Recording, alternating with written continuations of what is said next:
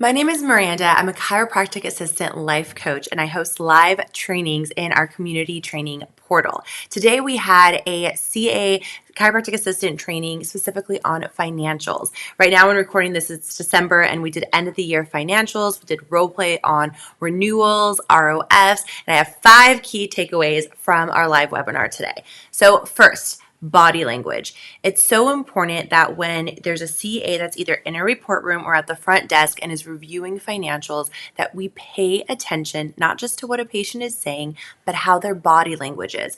Are they shying away? Are their arms crossed? Do they lean in because they want to know what you're saying? So to pay attention to body language, very important. Key point, on my notes right here, key point number 2, I call it the power of the pause.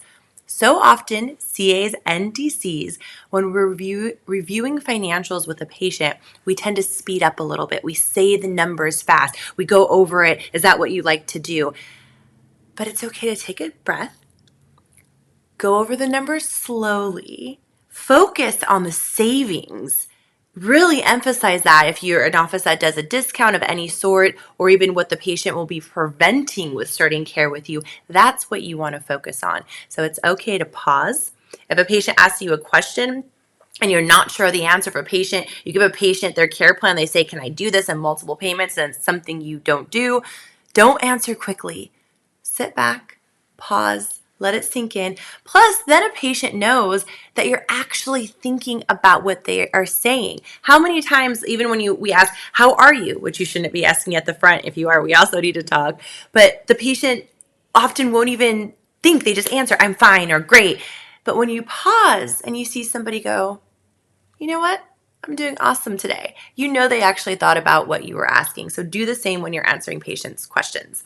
Number 2, energy level match. If you're a 10 and you're coming in and you're rah, rah, rah, rah, rah, which I know many chiropractors can be, and your patient is at a level 2 because they're in pain, they're scared, they're nervous, don't walk in at a level 10. Walk in about 2 notches above where a patient is at. If they're at a 2, walk in at a 4 or a 5. But in that way, the patient slowly rises with you. So you lower, but not too much. Got that brilliant advice from Dr. John Baker. He's a New Beginnings chiropractic coach. Number 3, repeat back to a patient what you heard them say. Goes right in line with the power of the pause. The patient then knows that you're listening to what they're saying. So, Mary, what I heard you say is that you truly believe that we can help you. You're just a little bit concerned with your end of the year finances. So let's figure this out together. Repeat back to the patient so they know that you were listening, and also goes hand in hand with say the patient's name. This is an extra key point that I'm adding in, which I realized we didn't say in the training, so I'm going to go back and share it with the CAs, but overutilize a patient's name. If they're stuck looking at the finances, nervous, scared, and you say their name, it brings them back to present and being with you. So, and plus everybody loves hearing the sound of their name. Don't you? Insert name here, whoever's listening to this.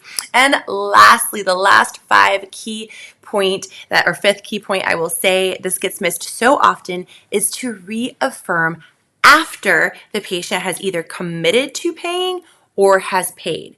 The reason this is so important is that if the patient's just committed and say, I'm going to renew, I'll bring in a check next Friday. You never know what can happen between now until Friday. So I would say something along the lines of, you know what, Mary, I'm so appreciative and happy that you have made this commitment to yourself to renew for another year, to take care of yourself. You're in great hands. I promise we'll take care of you. And I look forward to seeing you on Friday.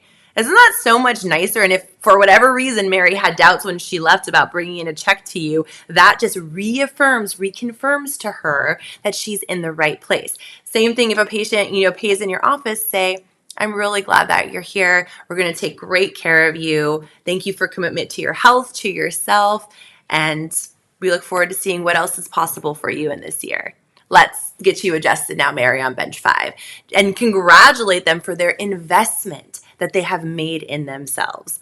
So I hope that helps. Those are our 5 key points that are so vital when you're going over financials. If you miss even one of those, that can be the cost of a patient starting care or not. So do that little checklist the next time you go over finances with the patient and watch your office grow.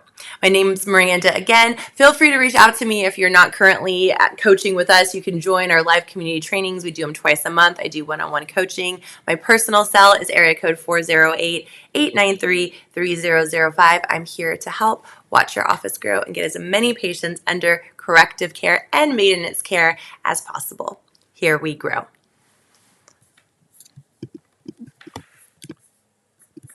Oh my gosh, I thought I didn't record it. Blooper reel. I thought I just did all that. If you're still watching on here and it didn't record, I was like, oh no, but here we go.